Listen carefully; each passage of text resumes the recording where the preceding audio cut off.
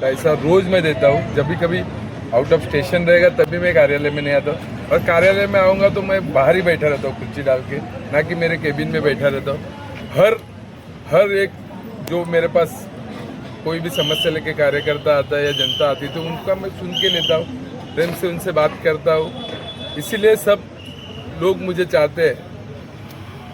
आपके वार्ड में कितने वोटर हैं और कितना बड़ा ये वार्ड हो गया है? पहले तो एक छोटा सा वार्ड था, छोटे से मतदाता हैं, अब आपको कितनी मेहनत करनी पड़ रही है? अभी ये प्रभाग क्रमांक 8 हुआ, मतलब इसमें लगभग 50,000 वोटर है, और ये वार्ड इतना लंबा हो गया है कि कम से कम 4 से 5 किलोमीटर सीधा अंदर घूमेंगे तो बहुत बड़ा हो गया। ये सीधा मतलब सोपारा भट्टा के आगे से थोड़ा आएंगे, वाकमपाड़ा लगता है, उधर से डायरेक्ट जो पुलिस बाउंड्री है उधर तक, और इधर से मनवेलपाड़ा बॉर्डर, ऐसा बहुत बड़ा वार्ड हुआ है। लेकिन इसके पहले जो 2010 में चुनाव हुआ था तभी मेरी मिसेस पूर्वा पाटिल नगर सिंह था, तभी लगभग संतोष भवन तक हमने उनके बहुजन विकास आघाड़ी के माध्यम से काम किया है, इसलिए लगभग हर जगह मेरी पहचान हो चुकी है। इसके लिए मुझे थोड़ा इस वार्ड में आसानी के साथ लोगों से मिलजुल के लोग मिलते हैं और मेरे को पहचानते हैं, इसके लिए अच्छे से काम करने का मौका मिलेगा। आपका जो वार्ड है ये बहुत चालियाँ बनी हुई हैं, रास्ते सकरे हैं, समस्याएं बहुत हैं। अब जब चुनाव आप जीतेंगे या चुनाव के दौरान किस तरह से जनता को आप सजेस्ट कर रहे हैं कि आपके जीतने के बाद आप किस तरह का विकास करेंगे, वो क्या ब्लूप्रिंट होगा?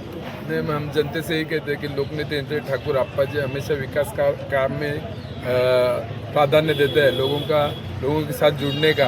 हम यही बोलेंगे कि पिछले जो इतने सालों में बहुजन विकास आघाड़ी के माध्यम से लोकनेता इंद्र ठाकुर हो और क्षितिज दादा हो या राजेश पाटिल हो, माजी खासदार हमारे बलिराम जी यादव हो, इनके माध्यम से जो विकास किया था वो विकास का जो रथ है हम आगे लेके जाएंगे। पिछले 5 साल में जो प्रशासकीय राजवट थी उसमें बहुत लोगों को तकलीफ हुई, जो प्रशासकीय राजवट में काम नहीं हुआ उसके लिए बहुत तकलीफ हुई, और वो तकलीफ हम अभी दूर करेंगे। जैसा ही चुनाव खत्म होएगा, महापौर बहुजन विकास आघाड़ी का बैठेगा, वैसे हम वापस जो काम रुके हुए लोगों के उसमें प्रायोरिटी देके जल्दी से जल्दी कैसे बारिश के पहला पूरा किया जाए, इस पर हम पूरा ध्यान देंगे।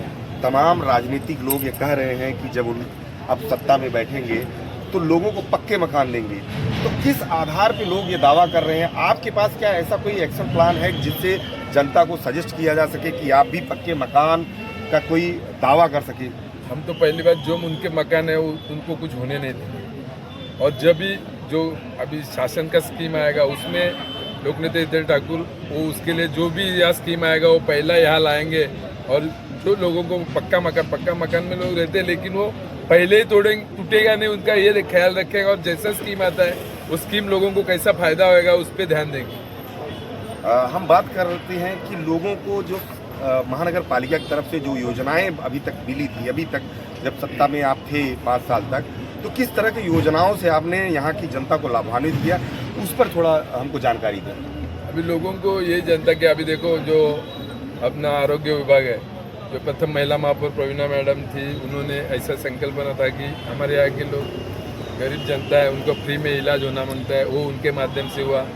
और ऐसे बहुत सारी सुविधा है कि पानी की सुविधा हो, रोड लाइट हो, गटर हो। अभी हमारा नया स्कीम क्या है, अभी इधर अच्छा हॉस्पिटल जो पेल्लार में आरक्षित जगह है उस पर होना चाहिए 100 बेड का, और इधर के जो बच्चे हैं वो पढ़ने के लिए मतलब जो MPS IPS की तैयारी करते हैं या कौन से भी कॉलेज में जाते, स्कूल में जाते, हमारे तो जो छोटे रूम में रहते, बड़ा परिवार रहता है, तो उनको जो वाचनालय है या अभ्यासिका है वो यहाँ नहीं है, संतोष भवन से एक बड़ी इमारत करके, ऐसे बहुत से हमारे प्रोजेक्ट है, वो हम जल्दी से जल्दी सत्ते में आएंगे तो सत्ते में तो आने वाले उसका प्रयास जल्दी से जल्दी करने का करेंगे। सड़कों की स्थिति बहुत खराब है, लोग बहुत परेशान हैं।